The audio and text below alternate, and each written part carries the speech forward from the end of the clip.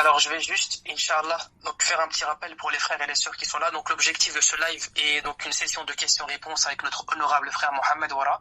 Donc, je rappelle que ce sont des questions qui traitent sur le Ramadan et tout ce qui concerne le mois de Ramadan. Je vais couper les commentaires pour ceux qui ont des questions. Ce sera donc dans le petit point d'interrogation en bas à droite. Vous voyez, il y a un petit rond avec le petit point d'interrogation. Donc, vous écrivez votre question là. Et vous avez aussi la possibilité de mettre un j'aime. Plus une question a des mentions j'aime, plus ça veut dire qu'alhamdoulilah cette question intéresse d'autres personnes. D'accord? Donc je regardais les questions qui sont là, Inch'Allah.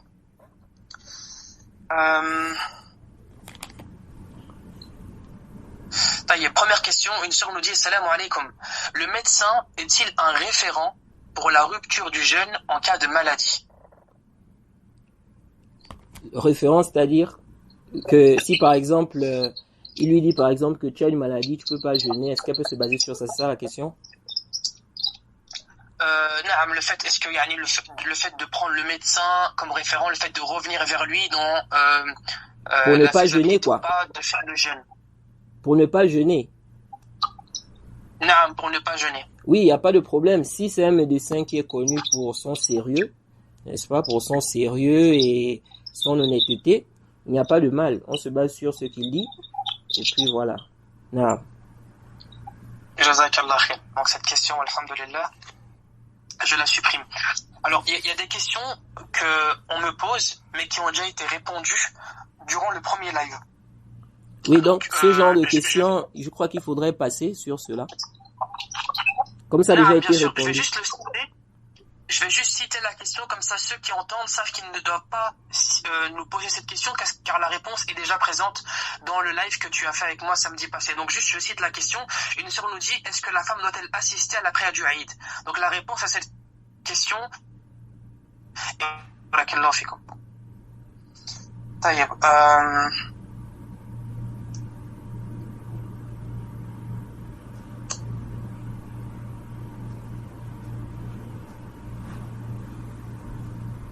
Ici, une question nous vient d'une sœur, elle dit « J'utilisais avant le degré 12 pour jeûner, sans savoir qu'il ne marchait pas dans ma ville. Maintenant que je le sais, dois-je rattraper les jours de jeûne précédents ?» Reprends la question, s'il te plaît. Donc, une sœur nous dit oui. J'utilisais avant le degré 12, le degré 12 pour jeûner, sans savoir, Yannick, qu'il ne marchait pas dans sa ville. Jade. Il ne marchait pas dans sa ville. C'est-à-dire que ça et ne... puis elle dit... Qu'est-ce qui ne marchait pas?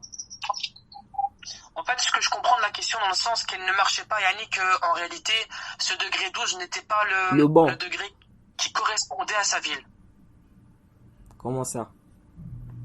Est-ce que c'est un problème de ville? C'est-à-dire, elle veut dire en fait que elle utilisait cela pour la rupture, pour le sahour et tout, mais elle s'est rendue compte que ce n'était pas l'heure. C'est ce que je comprends de la question, Wallahu a'lam. C'est que sûrement qu'elle se basait sur ce degré avant, et elle s'est rendue compte dans sa vie que ce degré n'était pas le bon degré sur lequel il faut se baser pour couper son jeûne. Et là, elle s'est rendue compte en fait que voilà, c'était pas le bon degré. Donc elle pose la question maintenant, vu qu'elle était dans l'erreur par rapport à ça, qu'elle s'est rendue compte que par rapport au degré 12, doit-elle rattraper les jours de jeûne précédents? Jade. Donc ça veut dire que elle a rompu en fait, si je comprends bien, parce qu'il faut bien comprendre la question avant de répondre. En fait, elle se basait sur le degré 12 pour rompre son jeûne, pour rompre. Maintenant, elle s'est rendue compte que en fait, c'est pas ça. Donc, c'est-à-dire que elle rompait en fait avant l'heure. Si je comprends bien, c'est ça. C'est ça, non? Moi, je pense c'est-à-dire que pour elle, pour elle en fait. Bon, parce que la question, moi, je trouve qu'elle n'est pas alors explicite dans ce cas-là. Parce que moi, ce que je comprends, c'est qu'elle avait l'habitude de rompre en se basant sur le degré 12, mais après, elle s'est rendue compte qu'en fait, ce n'était pas l'heure. Donc, elle rompait avant. Ouais, c'est ça. C'est ça. Moi, c'est ce que je comprends. Mais... Oui? Non, c'est ce que je comprends aussi. C'est ce que je comprends aussi parce que sinon, on n'aurait pas d'intérêt de nous demander est-ce qu'elle doit rattraper les jours de jeûne précédents. Voilà. Bref, en tout cas, si c'est ça la question, il n'y a pas d'ishkal. Ça, c'est au temps du prophète Mohammed sallallahu alayhi wa sallam. Ça a été rapporté dans le Sahih al-Bukhari, le hadith de Asma bint Abi Bakr.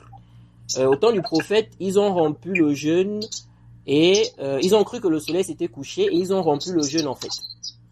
Et quelque temps après, elle nous dit Tala'at ash-shams. Donc le soleil a fait surface ou bien c'est se lever en fait.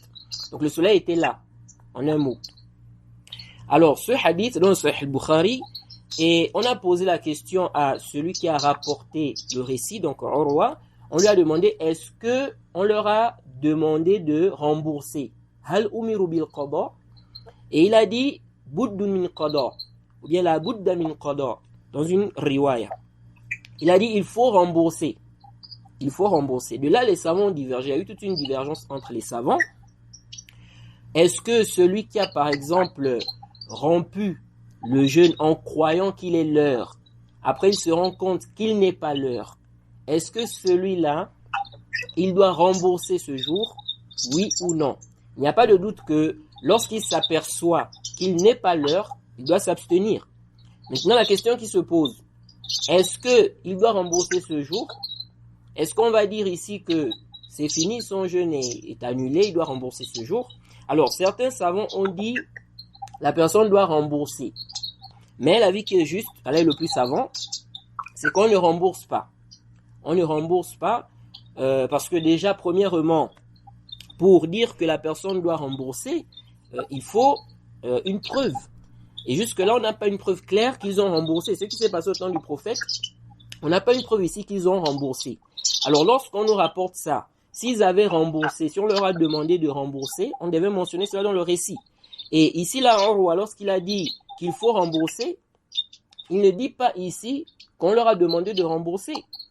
Il est en train de donner sa position, en fait. Il dit il faut rembourser. C'est pourquoi dans une riwaya, il a dit la adri.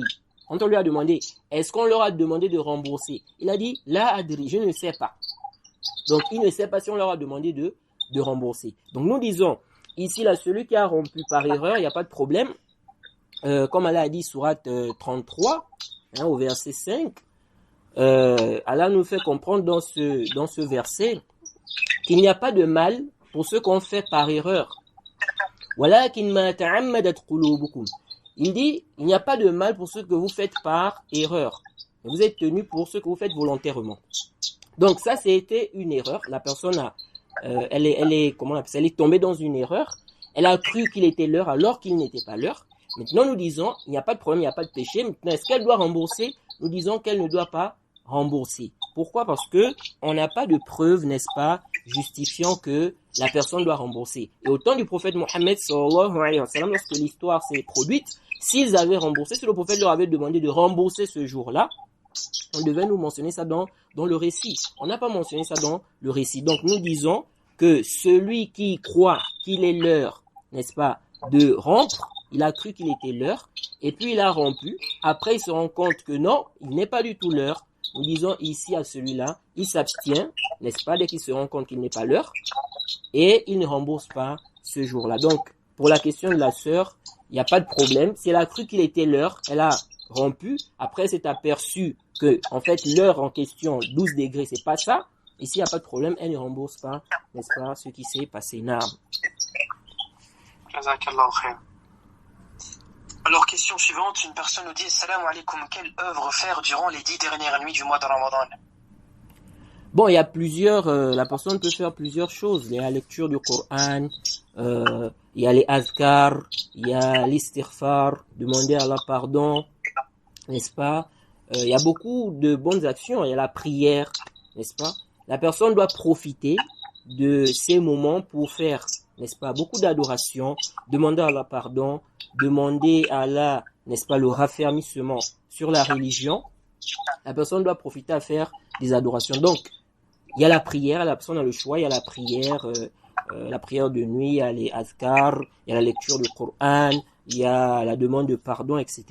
La personne peut faire ce qui est facile pour elle. Mais elle doit profiter, n'est-ce pas, pour, n'est-ce pas, avoir, n'est-ce pas, les bienfaits, n'est-ce pas, de ces jours-là. Non. Jazakallah khair, barakallahu fik. Il y a une sœur qui nous dit une sœur enceinte ne craint ni pour elle ni pour son bébé et veut jeûner. Si son mari a peur pour le bébé et ne veut pas qu'elle jeûne, doit-elle lui obéir? Barakallahu fikum. Bon, déjà, c'est connu que la femme enceinte, n'est-ce pas, ou bien la femme qui allait, elle a le droit, n'est-ce pas, de, comment dirais-je, de rompre, hein. Elle a le droit de rompre et de, bien on va dire, elle n'est pas obligée de jeûner. Elle n'est pas obligée de jeûner. Donc, cette femme qui allait, ou cette femme qui, comment dirais-je, qui est enceinte, elle a le droit de ne pas jeûner. Maintenant, il y a certains savants qui ont fait un tafsir, ou bien qui ont fait un tafsir, je veux dire, concernant la femme enceinte, ou bien celle qui allait. Il y en a qui font un tafsir par rapport à l'enfant, disons si elle craint pour le bébé, si elle craint pour elle-même, etc. Mais il y a certains savants qui ont dit, ça c'est un ijtihad, n'est-ce pas, de certains savants par rapport à cela. Quand on regarde par exemple le hadith du prophète, là où il dit que Allah a levé, n'est-ce pas, le jeûne sur la femme enceinte et celle qui allait, dans ce hadith, en principe, on n'a pas ce tafsir-là. On n'a pas ce détail-là de si elle craint pour son bébé, etc. Dans tous les cas, la femme a le droit de rompre si elle allait. Elle a le droit de rompre si elle est enceinte.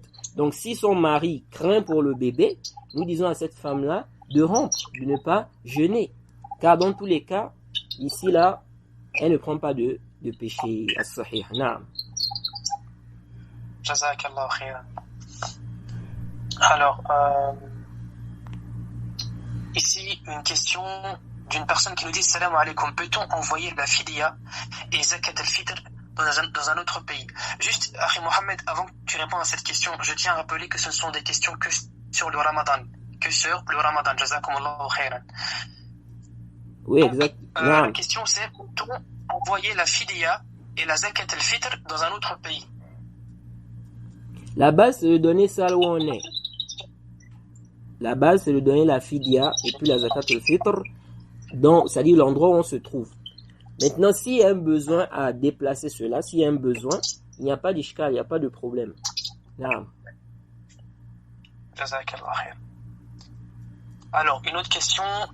Salam alaikum. Est-ce que le glaire annule-t-il le jeûne s'il est avalé volontairement? Non. As-sahih, ça n'annule pas le jeûne. Ça n'annule pas le jeûne. Parce qu'on n'a pas une preuve claire qui justifie que ça annule le jeûne. On n'a pas un dalil qui justifie que ça annule le jeûne. Non.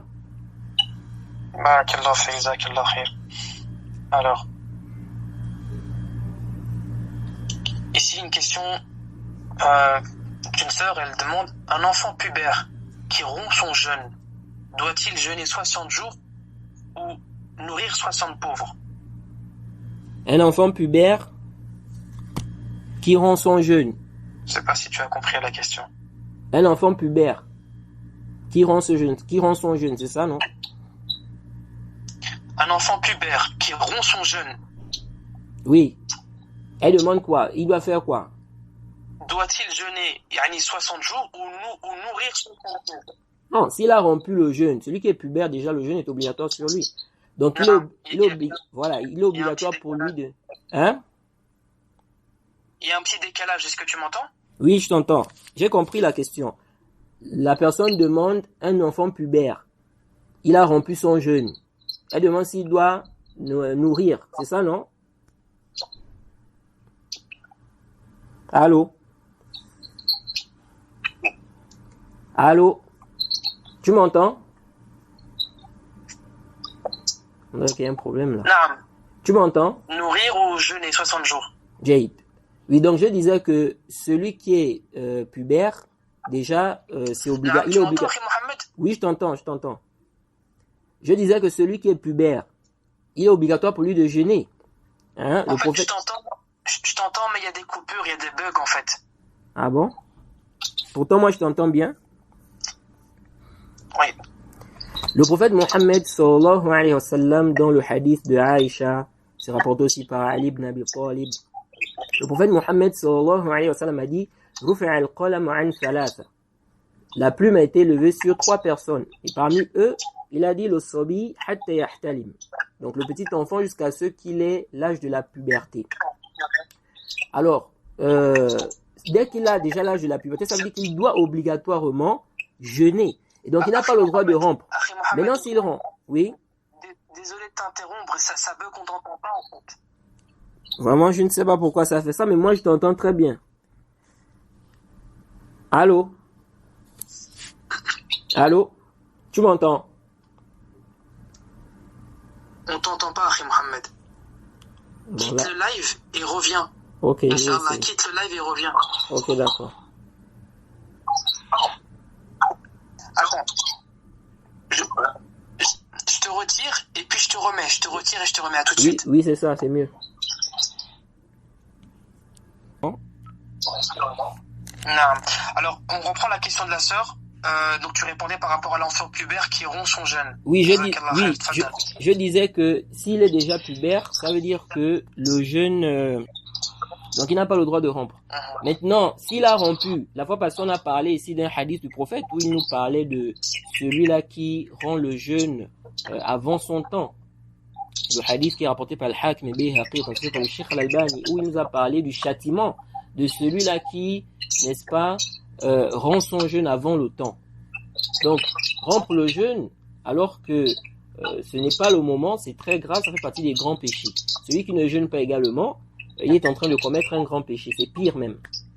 Donc, qu'est-ce qu'il doit faire? Il doit se repentir et il doit rembourser ce jour-là dans lequel il a rompu. Ah. D'accord. Donc il doit se repentir et il doit rembourser le jour-là, en l'occurrence celui qu'il a rompu. Exactement. Jazakallah khair. Je répétais parce qu'en fait il y avait une petite coupure. Question d'une sœur, elle dit: j'ai entendu dire que le hadith qui dit que la doua du jeûneur au moment de l'iftar était un hadith faible. Vrai? Et si on fait une doua, est-ce que du coup c'est une bid'a? Une doua au moment de l'iftar? Bon, en fait, on a un hadith qui est authentique où le prophète Mohammed sallallahu alayhi wa sallam nous parle de trois personnes dont le doua n'est pas rejeté. Et parmi eux, il a cité celui qui est en jeûne, le sa'im hatta yuftir, le jeûneur jusqu'à ce qu'il rompt.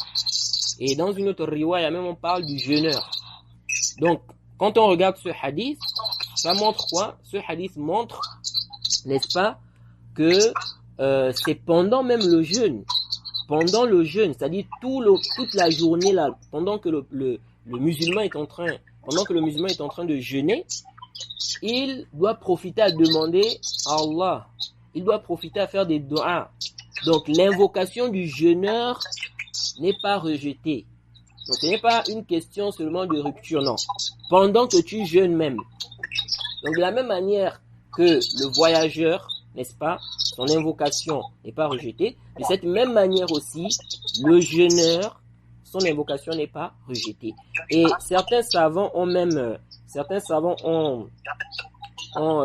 mentionné même la partie dans la sourate Baqarah, lorsqu'Allah a parlé de, comment on appelle, du jeûne, sourate Baqarah verset 184 jusqu'à 185 à 186, à la fin là, le verset 186, Allah subhanahu wa ta'ala nous dit quoi? Wa iza sa'alaka ibadi anni fa inni qarib ujibu da'wata ad-da'i iza da'ani falyastajibu li wal yu'minu bi la'allahum yarshudun. Dans ce verset là, certains savants ont apporté une faïda ici. Ils ont expliqué que ce verset est venu après les versets où on parle du jeûne. Vous voyez. Et là-dedans, Allah nous dit quoi sur une traduction rapprochée? Et quand mes serviteurs t'interrogent sur moi, alors je suis tout proche. Je réponds à l'appel de celui qui m'invoque ou qui me prie quand il me prie. Qu'il réponde à mon appel et qu'il croit en moi. Vous voyez. Certains gens de science ont dit, vous voyez que ce verset est venu en fait après les versets où on parle du jeûne.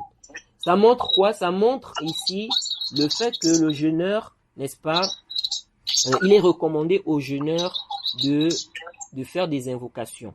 Donc, nous disons que pendant le jeûne, il faut faire des doigts. demandez à Allah, n'est-ce pas, de vous faciliter. Profitez pendant que vous êtes en jeûne. N'attendez pas seulement lors de la rupture. Profitez pendant que vous êtes en jeûne. Maintenant, on a un hadith qui est venu parlant de comment on appelle, lorsqu'on rend le jeûne. C'est-à-dire que pendant qu'on rend le jeûne, le dua est accepté. Mais ce hadith a des problèmes au niveau, n'est-ce pas, de la chaîne de transmission. Donc, ce hadith n'est pas authentique. Ala sahih, c'est pas authentique, c'est daif. Mais on a une riwaya, ou bien on va dire un athar, qu'on rapporte d'un compagnon, n'est-ce pas, montrant qu'on peut, ou bien qu'il est demandé de d'invoquer pendant la rupture. Pendant la rupture. Et on peut se dire que il n'a pas dit cela par ijtihad. Et donc, on va dire que c'est probable qu'il ait pris ça du prophète Mohammed sallallahu alayhi wa sallam. Dans tous les cas, on va dire ici en résumé que la personne peut invoquer pendant la rupture. La personne peut invoquer pendant qu'elle est en jeûne. Pendant qu'elle est en jeûne. Donc, les deux, il n'y a pas d'ishkal. Mais n'attendons pas seulement la rupture. Naam. Barakallahu fik. Ahsanallah ilayk. Alors, tu me dis, Akhi Mohammed, quand tu vas arrêter, Inch'Allah. Ok, il n'y a pas de problème. Une personne nous dit ici, peut-on donner la zakat al-fitr en argent pour qu'une association qui va acheter la nourriture avec cet argent et la distribuer aux nécessiteux? Si la personne elle-même peut déjà acheter elle-même la nourriture, donner aux pauvres, ça c'est l'idéal.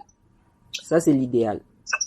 Maintenant, si la personne n'a pas cette possibilité ou bien c'est un peu compliqué, elle peut donner à quelqu'un qui va acheter la nourriture et puis donner à un pauvre. Ça n'a pas d'ishkal.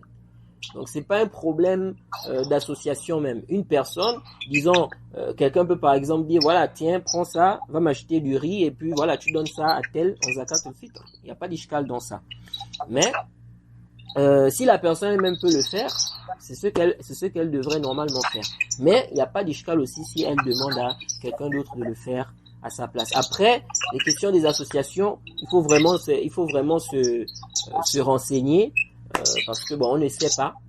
Et qui est qui, il faut vraiment se renseigner. Surtout que même la question des associations là, ça fait encore un débat entre les gens de science. Moi, ce que je conseille à la personne, c'est de donner elle-même aux pauvres, de chercher déjà des pauvres de pluie, parce que souvent les gens posent les questions concernant la zakat al-fitr lorsqu'ils savent déjà que c'est très très proche. Bon, je ne connais pas un pauvre et tout, non. Il faut déjà depuis, si tu sais déjà que tu as du mal à trouver des pauvres, tu as fait 2 Ramadan, 3, etc., c'était compliqué, mais déjà à l'avance, cherche des pauvres déjà depuis. Tu vois, là ça va te faciliter la chose. Naam. Jazakallah khair. Il y a une question ici d'une personne, elle nous dit, parce qu'il y a souvent on entend ce terme ou cette formulation qui est le fait d'être privé du mois de Ramadan. Et donc là, elle pose la question, elle dit, qu'est-ce que c'est être privé du mois de Ramadan? Et à partir de quand savons-nous que nous avons été privés du bien de ce mois? Bon, déjà, c'est connu, on n'a pas besoin de, comment dirais-je, on n'a pas besoin de beaucoup entrer dans les détails par rapport à ça. Les musulmans aujourd'hui connaissent ce verset qui se trouve dans la sourate 2 au verset 183, lorsqu'elle a dit Ya ayyuhalladhina amanu kutiba alaykumus siyamu kama kutiba ala alladhina min qablikum la'allakum tattaqun. Vous qui avez cru, on vous a prescrit le jeûne comme on l'a prescrit à ceux qui vous ont, n'est-ce pas, précédés, afin que vous puissiez atteindre la piété. C'est ça le but, afin que vous puissiez atteindre la piété. Vous pensez que lorsqu'on a légiféré le jeûne, c'est juste, c'est-à-dire Allah veut juste voir si on peut s'abstenir de manger et de boire. Donc le but du jeûne, c'est quoi? C'est d'atteindre la piété. C'est ça le but. Mais comment tu vas atteindre la piété en jeûnant? Mais c'est en jeûnant conformément au texte, conformément à ce qu'on te demande de faire. Le prophète Mohammed sallallahu alayhi wa sallam dans le hadith d'Abi Hurayra dans le Sahih, il dit quoi? Il dit فَإِنْ شَاتَمَهُ فَإِنْ سَابَّهُ أَحَدٌ أَوْ قَاتَلَهُ. Si quelqu'un, pendant qu'il est en jeûne, le prophète dit, si quelqu'un l'insulte, ou bien le combat, il doit dire quoi? je suis en jeûne. Le prophète dit, il doit dire, je suis en jeûne. Pourquoi le prophète Mohammed sallallahu alayhi wa sallam nous dit ça? Vous voyez? Donc ça nous montre ici que le but du jeûne, c'est quoi? C'est d'atteindre la piété. Mais pour atteindre la piété, il y a des choses que tu dois délaisser. C'est pourquoi le prophète Mohammed sallallahu alayhi wa sallam dans le hadith d'Abi Huraira rapporté par l'imam al-Bukhari, il dit man lam yada' qawla az-zur wal 'amala bihi wal jahla falaysa lillahi hajatun fi an yada'a ta'amahu wa sharabahu. Le prophète Mohammed sallallahu alayhi wa sallam dit celui qui ne va pas délaisser les mauvaises paroles et les pratiques inhérentes à ces paroles-là, les mauvaises pratiques. L'ignorance, il dit ici, les pratiques d'ignorance, il dit Allah n'a pas besoin qu'il se prive de manger et boire. Allah n'a pas besoin. Donc Allah t'a demandé de jeûner, c'est pour un but. Et ce but-là, pour que tu puisses atteindre ce but-là, il faut que tu jeûnes réellement. Comme on t'a demandé de jeûner. Ce n'est pas juste t'abstenir de manger et de boire. Ici dans le hadith que j'ai cité là, le prophète Mohammed sallallahu alayhi wa sallam nous incite à délaisser les mauvaises paroles. Le prophète nous incite à ne pas rendre si on nous insulte. Donc ça veut dire que le jeûne, on ne te demande pas seulement de ne pas manger et boire, on te demande aussi d'autres choses. Donc pour que tu puisses atteindre la piété, il faut, n'est-ce pas, que tu arrives à délaisser certaines choses, que tu arrives à faire le jeûne comme on t'a demandé de faire. C'est ça en fait.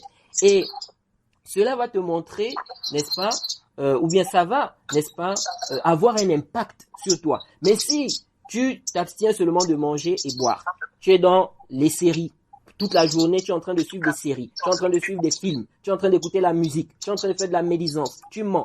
Mais comment tu veux, n'est-ce pas, atteindre la piété de cette façon? Oui. Donc, on doit profiter. C'est vrai que, voilà, on commet tous comment on appelle, des erreurs, des péchés, ok? Mais on ne doit pas se laisser, comment dirais-je, on ne doit pas être trompé en fait, et puis oublier qu'on doit se rappeler du jeûne. Parce que lorsque le prophète Mohammed sallallahu alayhi wa sallam dans ce hadith, lorsqu'il dit ici, si quelqu'un l'insulte ou bien le combat, qu'il dise je suis en jeûne. Donc le prophète nous montre quoi ici? Qu'on doit se souvenir de ce point-là. Tu dois te souvenir de ça. Ah tiens, je suis en jeûne. Vous voyez, c'est vrai, on commet des péchés, on commet des erreurs, mais tu dois te souvenir de ça. Je suis en jeûne. Et ça doit te stopper. Ça doit te permettre de t'arrêter. Mais si ça ne te permet pas de t'arrêter, sachant que le mois de Ramadan, c'est venu dans le Sahih al-Bukhari, le hadith d'Abi Huraira, que lorsque le Ramadan arrive, إذا جاء رمضان فتحت أبواب الجنة وغلقت أبواب النار وصفدت الشياطين. Lorsque le Ramadan arrive, les portes du paradis sont ouvertes, les portes de l'enfer fermées et les shayatines sont enchaînées. Donc ça veut dire quoi? Ça veut dire que tu as vraiment une opportunité. Tu as une facilité à faire des bonnes actions. Alors, comment se fait-il que pendant cette période-là, toi, tu es encore dans la transgression, tu es dans la perversité, tu es dans les péchés, alors qu'on t'a donné les opportunités pour faire quoi? Pour devenir pieux, pour atteindre la piété. C'est pourquoi vous allez voir que pendant Ramadan, vous allez voir que beaucoup de gens font du bien. Beaucoup de gens font du bien. Et même des gens qui étaient dans certaines perversités, ils arrivent à délaisser ça. La personne qui fumait, parfois, arrive à délaisser. Vous voyez? Alors ça montre quoi? Ça montre que on a vraiment, c'est-à-dire que pendant cette période-là, on a une facilité à faire du bien, n'est-ce pas? S'écarter des mauvaises choses. Alors si on est dans cette situation-là, mais que toi, tu es quand même dans vraiment la perversité, la désobéissance, ça veut dire que vraiment tu as un gros problème. Et ça veut dire vraiment que tu ne vas pas tirer profit réellement du but, n'est-ce pas, ou de ton jeûne, afin de pouvoir atteindre le but pour lequel on t'a demandé de jeûner. Donc, la personne doit faire le jeûne comme il se doit. Si elle fait cela comme il se doit, n'est-ce pas, ici là, elle aura tiré profit de son jeûne et ça va conduire cette personne à atteindre la piété.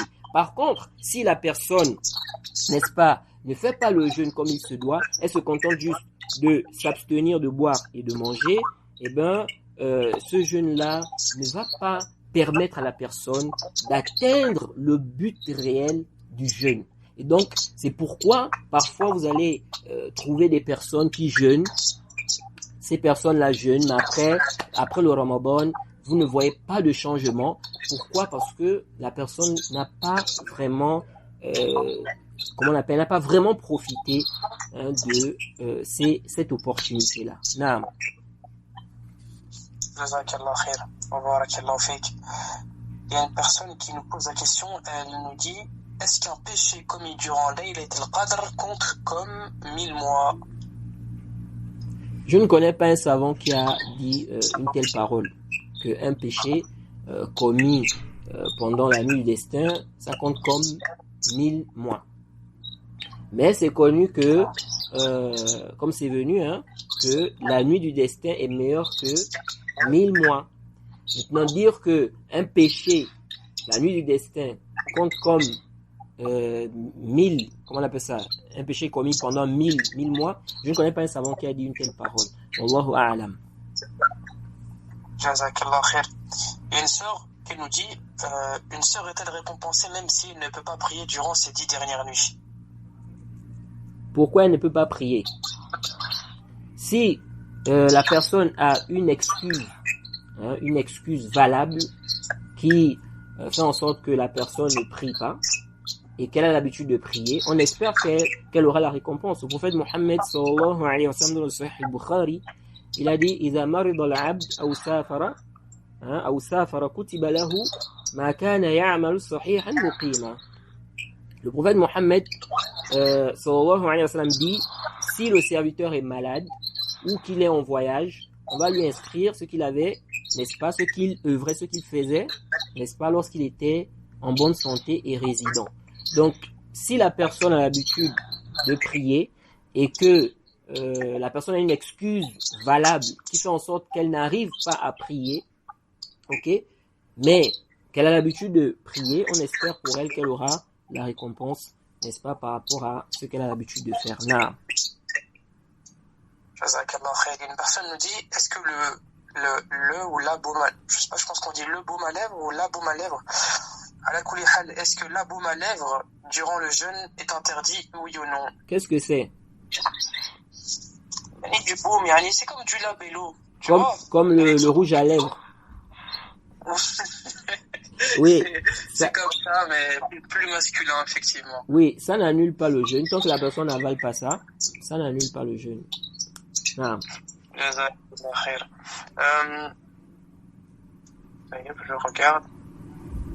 Alors, une personne nous dit ici, est-ce qu'une personne qui fait 1000 km par jour dans le cadre de son travail, doit-il jeûner?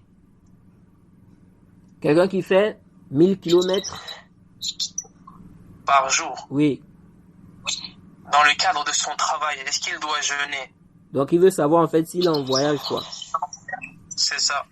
Bon, la question de à quel moment on est en voyage, c'est un long débat entre les savants.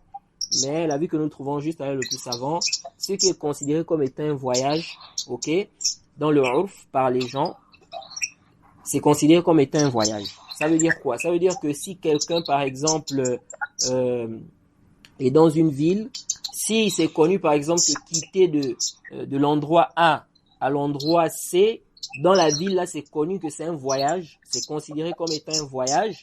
Ici, la personne est en voyage. Et donc, si la personne est en voyage, elle peut, n'est-ce pas, faire ce qui est légiféré à celui qui est en voyage de faire. Naam. Jazakallah khair. Une personne demande, faut-il attendre la fin du adhan pour rompre le jeûne à la mosquée? Bon, tout d'abord, il est clair que le prophète Mohammed sallallahu alayhi wa sallam dans le hadith de Omar, dans le Sahih al-Bukhari, il nous dit إذا أقبل الليل من ها هنا إذا أقبل الليل من ها هنا وأدبر النهار من ها هنا, le jeûneur a rompu. إذا أقبل الليل من ها هنا وأدبر النهار من ها هنا فقد أفطر الصائم. Donc, à quel moment le jeûneur rend son jeûne? Comme le prophète a dit ici, si on voit que la nuit est en train de venir, si la nuit est en train de venir, et que le jour est en train de s'en aller, adbar an-nahar, wa gharabat ash-shams, et que le soleil se couche, faqad aftara as-sa'im. Donc, si le soleil se couche, le jeûneur a rompu son jeûne. À quel moment le soleil se couche? Le soleil, quand on dit le soleil se couche, c'est lorsque comment on appelle, le cercle du soleil, là, le cercle a disparu de l'horizon. On ne voit plus ça. Donc, même s'il y a encore un peu des petites lumières, mais si ça a disparu complètement de l'horizon, ici on dit que c'est l'heure de la rupture. Et c'est l'heure de Maghrib. Donc, ici, là, le muazzin doit commencer normalement à faire l'azan. Et le fait qu'il fasse l'azan, ici, ça va montrer aux gens qu'on est déjà rentré dans l'heure de Maghrib, le soleil s'est couché, donc on peut rompre.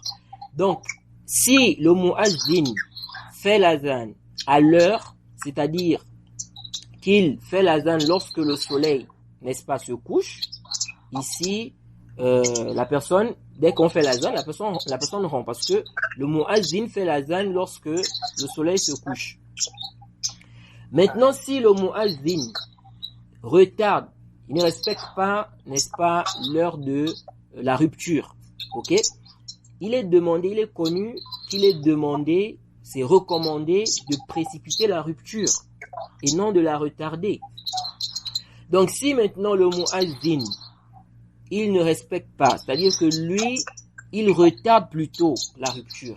Si quelqu'un maintenant ici, là, elle rompt lorsque le soleil se couche, mais avant l'azan du muazzin, est-ce qu'elle a un péché? Elle n'a aucun péché.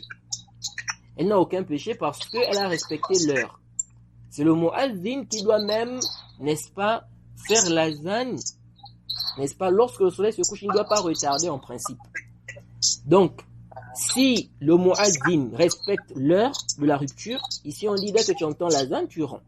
Si le muazzin retarde et que c'est déjà l'heure, tu peux rompre. Mais bien évidemment, on n'incite pas les frères ou bien les sœurs à faire des fitanes par rapport à ça, parce que ça crée souvent des fitanes dans certains pays.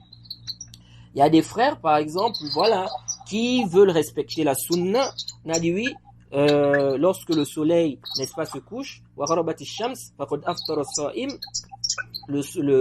appelle, le jeûneur a rompu, n'est-ce pas? Ils vont dire oui, le prophète a dit lorsque le soleil se couche, et là le soleil se couchait, donc nous on rompt. Et des gens dans la mosquée disent non, il faut pas rompre et tout, on a dit à telle heure et tout ça, ils ont mis une heure fixe. Et après ça crée des fitanes. Nous disons, on ne veut pas créer des fitanes, ok? Donc la personne peut rompre sans pour autant extérioriser ça. Si c'est l'heure, parce qu'il est demandé de faire quoi, de précipiter la rupture. Donc la personne peut rompre, ok, sans pour autant extérioriser ça. Mais toutefois, il est bien de conseiller, d'exhorter, n'est-ce pas, les muazzinoun, ceux qui font l'azan, il faut leur dire que lorsque c'est l'heure, on doit rompre. Les calendriers là que les gens mettent, que non, telle heure, il faut rompre à telle heure. Ces calendriers là, en réalité, on doit régler ça en fonction du coucher du soleil. C'est-à-dire que on regarde le moment où le soleil se couche, c'est à ce moment-là qu'on doit mettre que donc la rupture c'est à telle heure. Mais on ne doit pas contredire ça en réalité. C'est-à-dire, c'est déjà la rupture, on dit non, parce qu'on nous a dit de rompre à telle ou telle heure. Alors que c'est déjà confirmé que c'est l'heure de la rupture. Donc, les imams dans les mosquées aussi doivent vraiment prendre au sérieux ce point-là, parce que il est recommandé de précipiter la rupture. On ne doit pas faire le contraire. Parce que c'est ce que les gens font aujourd'hui. Les gens maintenant, en ce qui concerne le sahour, qu'est-ce qu'on fait?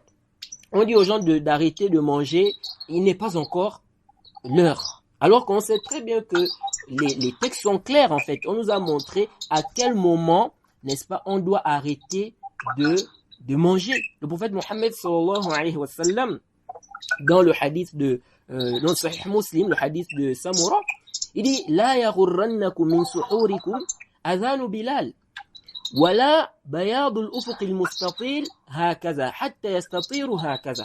Le prophète dit que l'azan de Bilal ne vous trompe pas. C'est le prophète qui dit que l'azan de Bilal ne vous trompe pas, ni la lueur, la blancheur là, jusqu'à ce que cette blancheur-là elle se propage à l'horizon. Parce que le début de Fajr, ça vient du côté de l'Est. Parce que le soleil se lève du côté de l'Est. C'est pourquoi ceux qui cherchent souvent le début de Fajr, ils doivent regarder du côté de l'Est. Donc ça vient là-bas. Et donc ça va prendre, la lueur là va prendre tout l'horizon. En fait, on va dire ça va remplir l'horizon. Et donc, quand ça se propage à l'horizon là, ok, la lueur là, elle est apparue, c'est à ce moment-là normalement qu'on arrête. C'est là où on doit arrêter. C'est pourquoi le prophète Mohammed sallallahu alayhi wa sallam dans le hadith, il dit que l'azan de Bilal ne vous trompe pas. Pourquoi le prophète dit ça? Parce que Bilal faisait l'azan dans la nuit. C'est pourquoi dans un autre hadith, le hadith de Muslim, le hadith de Abdullah ibn Omar, le prophète Mohammed sallallahu alayhi wa sallam a dit Inna Bilalan yu'adhin bil-layl fakulu washrabu hatta yunadi ibn Maktoum. Il dit, le prophète Mohammed sallallahu alayhi wa sallam dit dans ce hadith que Bilal fait l'azan dans la nuit. Mangez et buvez. Écoutez bien ce que le prophète dit ici. C'est le prophète qui dit, ça c'est dans le Sahih Muslim. Le prophète dit fakulu washrabu. Mangez et buvez hatta yunadi ibn Maktoum. Il dit jusqu'à ce que ibn Maktoum va faire l'azan. Vous voyez? Et dans le hadith, on nous dit Kana rajulan a'ma la yunadi hatta yuqalu lahu asbahta. C'était quelqu'un d'aveugle, il ne faisait pas l'azan jusqu'à ce qu'on lui dise qu'il est l'heure, c'est Fajr. Ce hadith-là, ou ces deux hadiths-là, ça vient carrément réfuter clairement ceux-là qui disent que non, pendant le Ramadan, pour le Sahur, il faut arrêter à partir de telle ou telle heure. Non.